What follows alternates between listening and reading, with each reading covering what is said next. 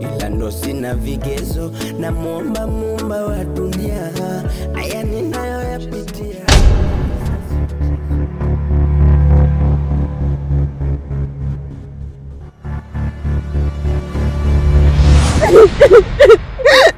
Hebu nyamaza kwanza.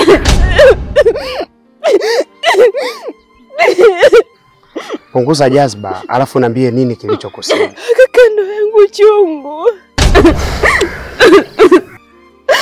Ndo inawaka moto.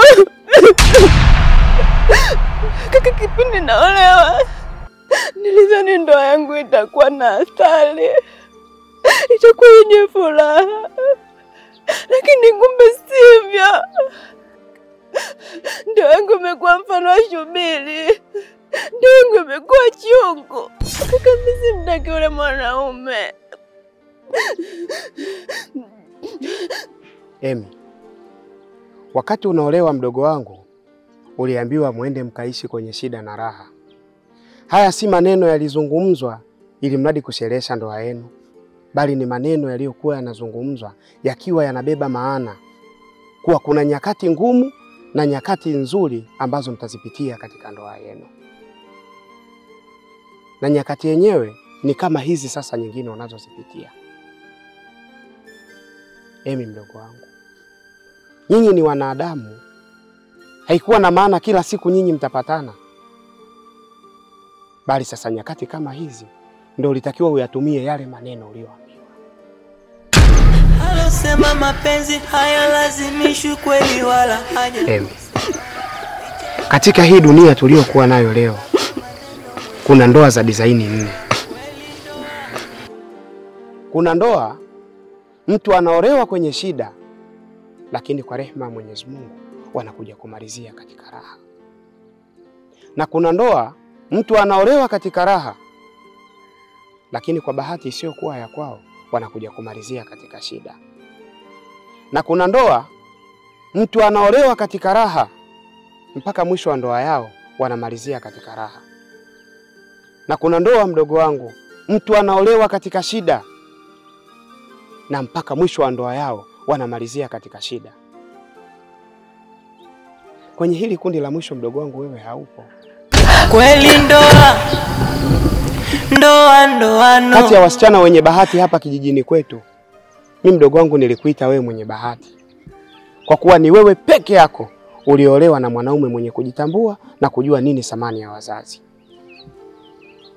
Leo hii unakusanya virago, unadai talaka, unataka kurudi nyumbani. Kweli ndoa no. Ila ndoa hii haina mfano. Ndoa ina usaliti. Hii ni aibu mdogo wangu. Tena ni aibu kubwa kuolewa msichana na kurudi nyumbani msichana.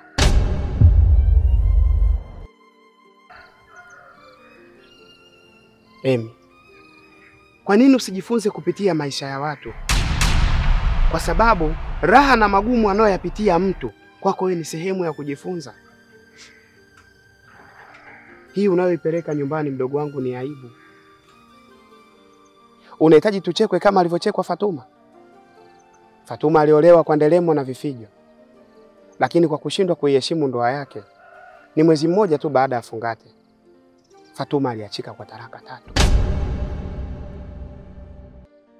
Kwa nini usijifunze? Au unahitaji na wewe ya kukuta? Emi, usilingie uzuri uliokuwa nao mdogo wangu. Hapa kijijini kwetu hakuna msichana aliyekuwa mzuri kama Amina. Wanaume wengi tulipenda kumuita Quratul Ain, tulizo la jicho. Amina alisahau kuwa mwanamke ni mfano wa jua linalong'ala wakati wa machweo, lakini huwa linapoteza nuru wakati wa mawio. Leo hii Amina uzuri umekwisha.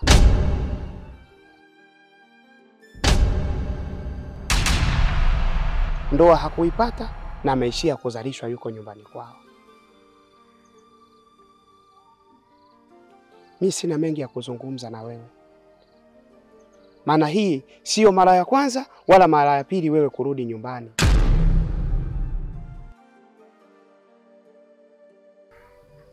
ila tu tambua kuwa kila mchoma janga hula na wakwao. Waga na uwezo, ningemwomba Rais Mama Samia afungwe mahakama mapenzi, nimechoka kuumizwa ila ndo sina vigezo, na muumba wa dunia, haya ninayoyapitia naumiza sio mchezo. Utu! Shoga yangu nipe udambu ikaje tena? Salama alivyomfumania mpenzi wake sasa. Yaani Salama yule unavyomjua wewe, akamwambia Juma hata sikubali. Kila siku umekuwa hivi haya mambo yanaendelea, nataka unaambie ukweli. Kati ya mimi Salama na huyu Fatuma unamtaka nani? Salama kapanda juu kama moto wa kifusi, akajua atakuchaguliwa yeye. Juma akasema hata usinitani, akaenda kwa Fatuma. Salama yule nakwambia kichwa kinawaka moto. Akachukua wigi kalivua akakimbia shoga yangu. Mbona wigi?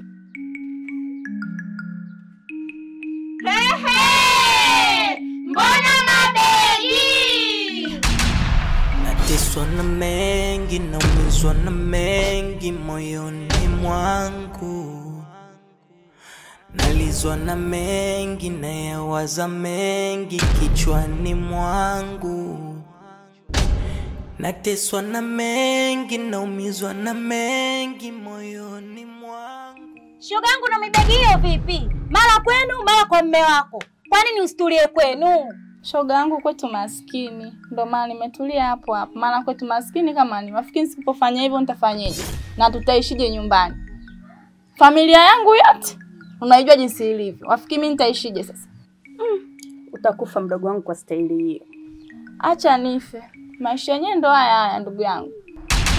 Nateswa na mengi, naumizwa na mengi moyoni mwangu, nalizwa na mengi, nayawaza kichwani mwangu. Nitacheka sana mwaka huu. Nateswa na mengi, naumizwa na mengi moyoni mwangu. Shida maskini, kila siku tumemchoka kiguna njia, kila siku kwenda kurudi. Shoga yangu. Ni warembo vipi? Hivyo vicheko kulikoni leo? Sio Emi. Kapita tena na mabegi yake. Yaani asubuhi kwao, jioni kwa mumewe. Asubuhi kwao, usiku kwa mumewe. Yaani sijui achoki. Hivi ina maana hivyo vicheko vyote ni kwa ajili ya Emi? Mnamcheka Emi? Ndiyo dada, Emi tena kapita sasa hivi hapo. Katoka huko na kwa mume wake, ameelekea na kwao. Na hisi huko kwa mume wake kimeshanuka. Kweli nyinyi wasichana mjitambui. Emi anapitia ukatili wa kijinsia. Sisi kama wanawake hatukutakiwa kumsema na kumcheka. Inatakiwa tumsaidie kwa ushauri na kwa chochote atakachotuhitaji tumsaidie. Lakini sio kukaa vibadhani kumsema. Mnafanya makosa sana. Dada, hata kama ndo hivyo, ni bora tu tukakaze tukijiweni hapa. Hata wewe unasema hivyo. Nikikuangalia umri wako, ulifaa kuwa kwenye ndoa, lakini umeikosa hiyo ndoa. Alafu unasubutu kusema hivyo. Hebu jielewe basi. Yaani hichi mnachokifanya ni makosa sana. Yule ni mwanamke mwenzetu. Sio, mnanielewa? Tena msisubutu kurudia tena kuongea hivi na kumkalia mwanamke mwenzenu kumsema. Sijapenda. Hebu tuondoke, twende huko.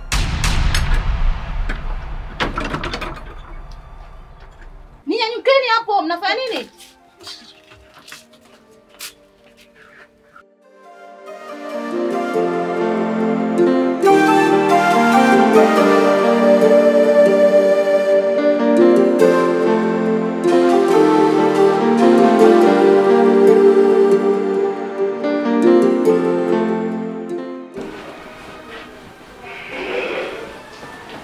Rezashi, ama hakika wewe ni mwanamke pekee unaweza kuzishusha hasira zangu. Hayo unaosema ni ya kweli? Ndiyo mama. Na vipi kuhusu mkeo? Kile kibatari nishakipiga nyumbani, nimemfumua leo.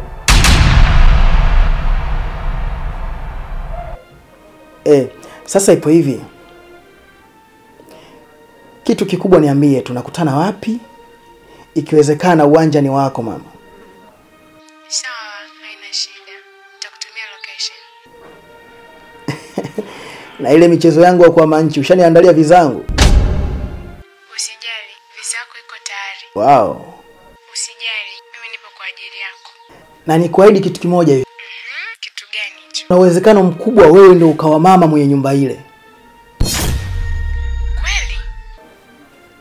Nakupenda sana. Nakupenda pia. Mapema tutakutana hapo. Usijali. Sawa. Ndiye bwana Kai.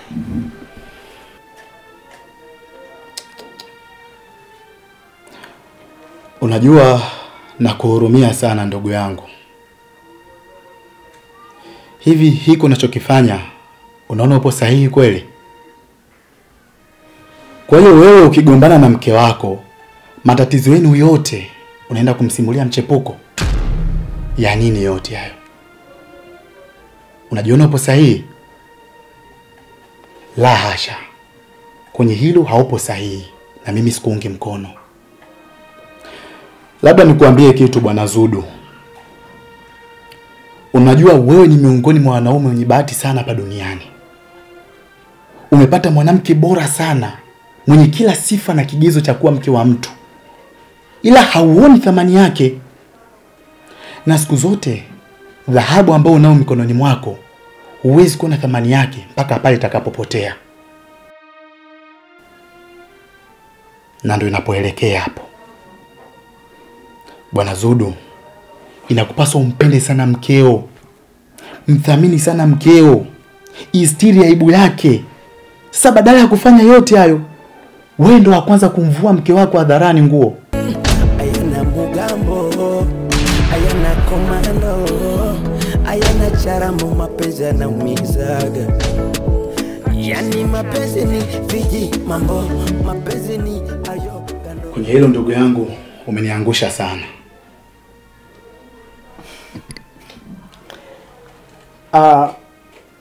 Kai.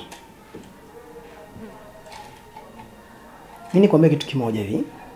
Huyu ndo mwanamke pekee ambaye nilianza kumpenda kabla hata ya wewe shemeji yako unayemzungumzia. Na ndio maana nampenda, namthamini na namjali. Eti sasa kama unampenda na kumthamini, kwa nini hujamua huyo mchepuko wako? Jibu ni moja tu. Huyo mchepuko wako sio wife material, bali unamtumia tu kama chombo cha starehe. Huyu mke wako uliyemoa ndo mwanamke bora kwako. Kai, yule mwanamke, yani kile kibatali changu nikikupa wewe. Maana wewe sio mwanamke, kile ni kibatali. Nikikupa ukae nacho wewe, wewe utoboe hata siku moja. Lazima unirudishie. Yule sio mwanamke. Asubutu, nipe uone. Nipe mke wako alafu uone. Labda nikuambie tu bwana Zudu. Ikitokea kwa mfano, siombei lakini wewe na mkeo mkaachana leo hii, mke wako hawezi kupata shida. Unadhani atatangatanga? Yule atapata mwanaume bora na sahihi kuliko wewe. Ila wewe sasa ndo utapata shida ya kupata mke kama yule.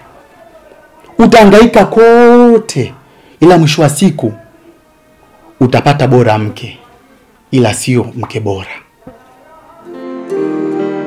Mbona haya matukio yamekuwa yakijirudia mara kwa mara? Shemeji anampiga kweli dada nini? Haiwezekani kila siku arudi nyumbani akiwa analia na kudai kuwa anapigwa. Lazima nifanye kitu. Au kwa kuwa tunapenda kusikiliza upande mmoja na kuuamini. Mr. Tasha. Naam. Unajua kuna muda nafikiria sana. Mpaka nachukia na mimi kuoa. Kuna muda inanifanya niwachukie sana wanawake na nichukie kuoa. Kwa nini unachukia wanawake na unachukia kuoa? Yaani nikitazama haya maisha anayoishi dada yangu na mume wake, kiukweli inanifanya niwachukie sana wanawake. Ndosa ndugu yangu, ngoja nikwambie kitu kimoja. Yaani usije ukarudia tena kuitamka hiyo kauli. Kwa sababu wanawake ni watu muhimu katika maisha yetu. Unajua mapenzi ni hisia zinazoumiza lakini hazichoshi. Inawezekana leo ukapenda, kesho ukaumia. lakini kesho kutwa ukapata mwingine ukampenda pia. Kwa mfano, mara kadha wa kadha huwa unaniletea kesi ya dada yako pamoja na shemeji yako. Mimi kila nikikaa nikitafakari jinsi unavyoniletea kesi ya dada yako na shemeji yako, naona kabisa shemeji yako ana shida. Usikatae bwana Ndosa, nisikilize kwa makini. Kwa sababu nyinyi mmechagua tu kuamini kwamba dada yako ndo mwenye shida, lakini hamkukana kutafakari baina ya pande zote mbili. Kwa sababu wahenga wakukosea waliposema msema peke ushinda. Kwa nyinyi mnakaa mnamsikiliza tu huyu, lakini hamwezi kumsikiliza huyu. Hilo ni kosa.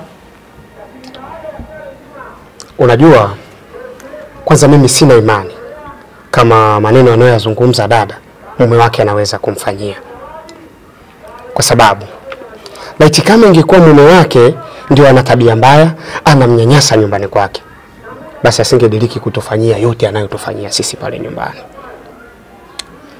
Shemeji yangu amekuwa msaada mkubwa sana pale nyumbani. Hii yote kwa sababu ya upendo aliobeba katika moyo wake. Haiwezekani amnyanyase yule atuheshimu sisi. Kiukweli hiyo sio kweli. Nisikilize nikwambie kitu. Unajua ndoa ina siri nzito sana imefichwa ndani yake. Na kama ukitaka kufahamu maana sahihi ya neno ndoa, itakupata takriban miaka 3 kufikiria tu maana sahihi ya neno ndoa, kwa sababu ni siri nzito. Umeona kuta za nyumba hizi zimeficha siri nyingi sana za ndoa. Ni rahisi mno mtu ndani, yani huku nje kuonyesha kwamba ni mwema, mstaarabu, anasaidia watu, lakini ndani ya ndoa akawa ni simba ambaye acheki na mnyama yoyote atakayekuja mbele yake pindi akiwa na njaa. Kwa hiyo unaweza ukamwona shemeji yako ni mwema kwa sababu anawasaidia, lakini ndani ya ndoa yake inawezekana akawa ni adui mkubwa sana kwa dada yako. Kitu ambacho naomba nikushauri ni kimoja tu. Naomba umuite dada yako, lakini pia umuite shemeji yako. Ukae nao chini wote wawili. Msikilize dada yako maelezo yake mwanzo mpaka mwisho. Baada hapo msikilize na shemeji yako. Kisha pima hayo mazungumzo yao. Ndio utapata kufahamu ni nani mkosefu. Lakini tu ukitaka kuamini siku zote kwamba dada yako ndio mkosefu kwa sababu shemeji yako anawasaidia hapo nyumbani, basi hautakuwa unatenda haki ndugu yangu. Mimi nadhani najifunza kitu kutoka kwako. Kwa sababu hii sio mara ya kwanza wala mara ya pili dada kurudi kutoka kwa mume wake akiwa analia na akiwa anadai kuwa mume wake anamnyanyasa. Lakini yote tulikuwa tuaminiane naye kulingana na upendo mume wake anayetuonyesha. Na sio mimi tu, hata mama nyumbani pia hamuamini dada. Lakini kupitia haya ya leo najifunza kitu kutoka kwako. Nitafanya ulivyosema. Basi naweza nikaubaini ukweli juu ya hii mada. Safi sana. Unajua chozi ni jibu sahihi au ni maana sahihi ya mtu anayeteseka ndani ya moyo wake. Fanya hivyo ndugu yangu, utanishukuru. Mimi bwana niseme asante sana. Shukrani. Sawa.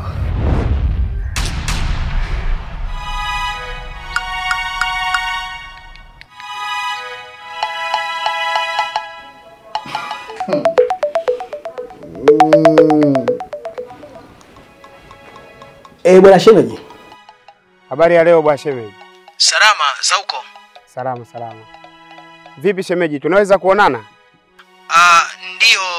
Sawa, tunaweza tukaonana. Haina shida, nitakwambia wapi tukutane. Basi haina shida shemeji, nakuja. Sawa. Sawa.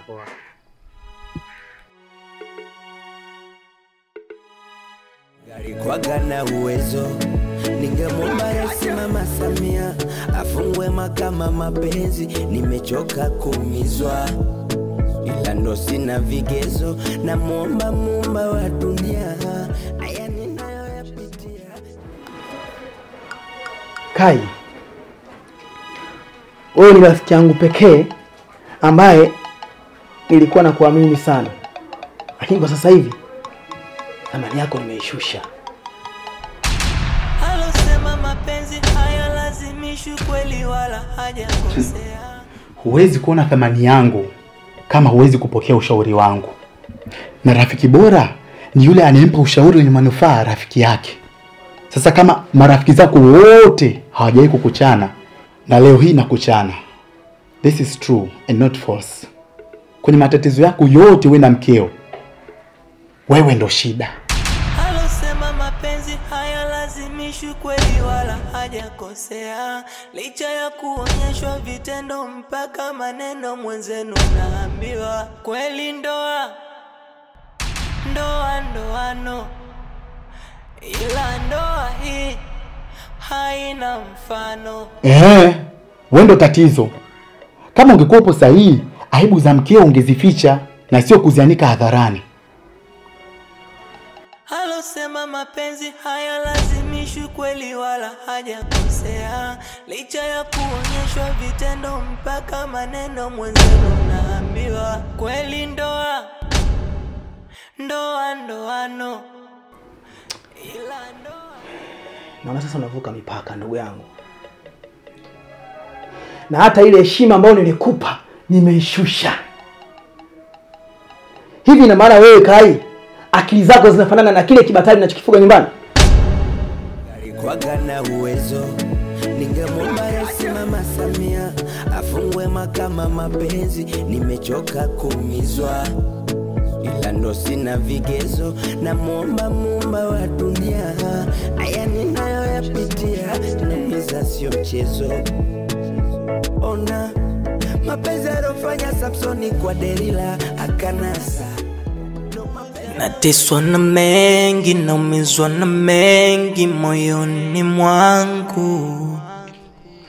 Nalizwa na mengi, nayawaza mengi kichwani mwangu. Nateswa na mengi, naumizwa na mengi moyoni mwangu. Nalizwa na mengi, nayawaza. Pole sana mdogo wangu kwa masaibu unayoyapitia. Na nyinyi wadogo zangu, hebu mtakeni radhi huyu Emi kwa ajili ya yale maneno yenu mlikuwa mnaongea. Daemi, naomba utusamehe sisi wote hapa. Tumekukosea sana. Tulikuwa tunakucheka, tunakudharau. Maana akumulikae mchana, usiku atakuchoma. Tulikuwa hatujui ni changamoto gani unayopitia katika ndoa yako. Hakika wewe ni mwanamke jasiri sana. Sisi sote tunastahili kukuiga. Naomba utusamehe Daemi. Nimeshasamehe. Na pia natumaini umeyaelewa sana maneno yangu tuliyozungumza jana. Umeyafanyia kazi. Safi sana. Wewe ni mwanamke jasiri. Unatakiwa ukomae hapo hapo ulipoamua. Dada, juhudi zangu zimegonga mwamba. Nateswa na mengi, naumizwa na mengi moyoni mwangu. Nalizwa na mengi, nayawaza mengi kichwani mwangu. Amegoma kabisa kunipa talaka yangu.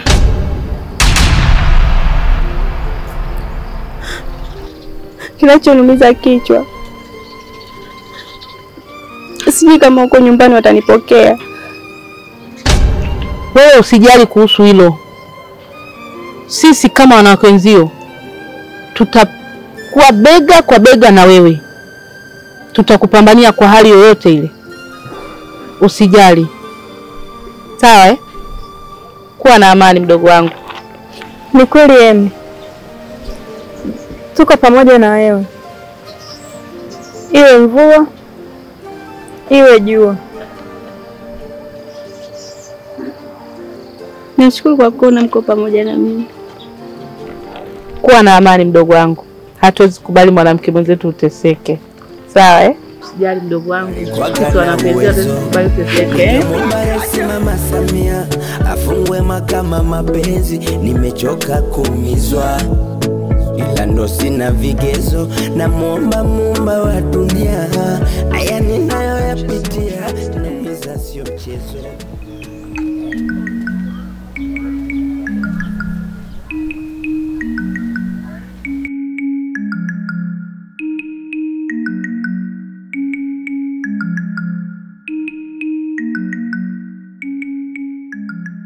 Nateswa na mengi, naumizwa na mengi moyoni mwangu. Nalizwa na mengi, nayawaza mengi kichwani mwangu. Nateswa na mengi, naumizwa na mengi moyoni mwangu. Nalizwa na mengi, nayawaza mengi kichwani mwangu.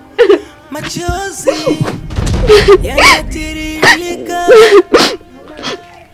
yani kila kukicha, nani wa kuyafuta nipate kupumzika? Kwani nyinyi binadamu nimewakosea nini mpaka mnanikataa? Emi, una nini? Mume wangu. Mume wako? Niambie, mume wako amefanya nini Emi? Amekufa? Ndio imeshanichosha mama. Mume wangu amenipiga na kunifukuza. Amekupa talaka? Ndoano, ila ndoa hii haina mfano. Ndoa ina usaliti wa vitendo kwa maneno. Ndoa ilojaa chuki, ugomvi na malumbano. Kuna muda kichwa kikiwaka, usingizi shida kuupata. Moyo wangu mbio unadunda, yote maumivu. Ni kweli mimi nimempiga, kwa sababu haiwezekani mwanamke ambaye namfuga mwenyewe ndani kwangu anisaliti. Hii haiwezi kuniingia akilini. Halafu mimi mtu ambaye nina heshima zangu mtaani, naheshimika. Rezash, leo sihitaji kurudi nyumbani. Nishachukua chumba. Nahitaji unimasaji, unikande kande, unipe na huduma yangu ile ninayoipendaga. Kwa hiyo Zudu, ukishagombana na mwanamke wako uko nyumbani ndio unakuja kunitafuta mimi, unakumbuka kama mimi ndo faraja yako? Rezashi, wewe ni mwanamke pekee ambaye unaweza kuzishusha hasira zangu. Na ndio maana nimekuita hapa. Sawa, lakini mimi nataka pesa baba, pesa. Yaani mapenzi bila pesa sawa na mboga bila chumvi. Yaani mimi weka mzigo mezani, mambo mengine yaendelee. Yaani mimi bila hela hatuwezani kwa kweli. Nataka hela. Hela ndio kila kitu katika maisha yangu. Kwa michezo ya kuhama nchi sikupingi. Jitahidi baba, nataka hela. Nchi sitama. Tama, usijaliwa kwanza. Haina shida. Bwana shemeji. Karibu. Kwema. Kwema. Karibu. Samahani bwana kwa kuharibia kikao. Ayana mugambo, ayana komando, ayana charamo, mapenzi yanaumizaga. Kaka, mbona niangalia sana?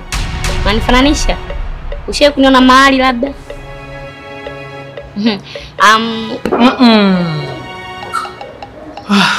Bwana shemeji. Huyu ni Rezash. Ni mfanyabiashara mwenzangu.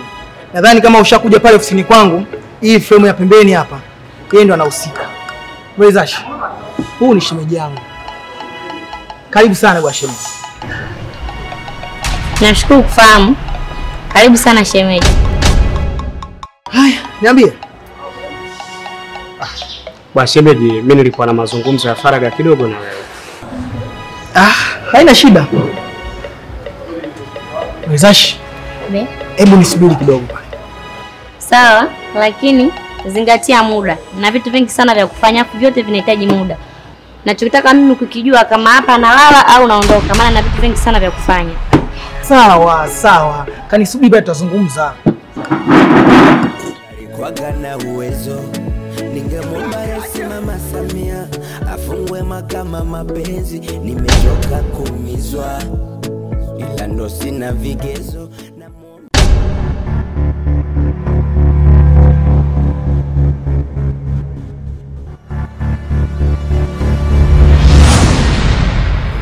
na uwezo. Ningemwomba Rais Mama Samia afungwe makama mapenzi, nimechoka kuumizwa, ila ndo sina vigezo. Na muomba Muumba wa dunia, haya ninayoyapitia naumiza, sio mchezo.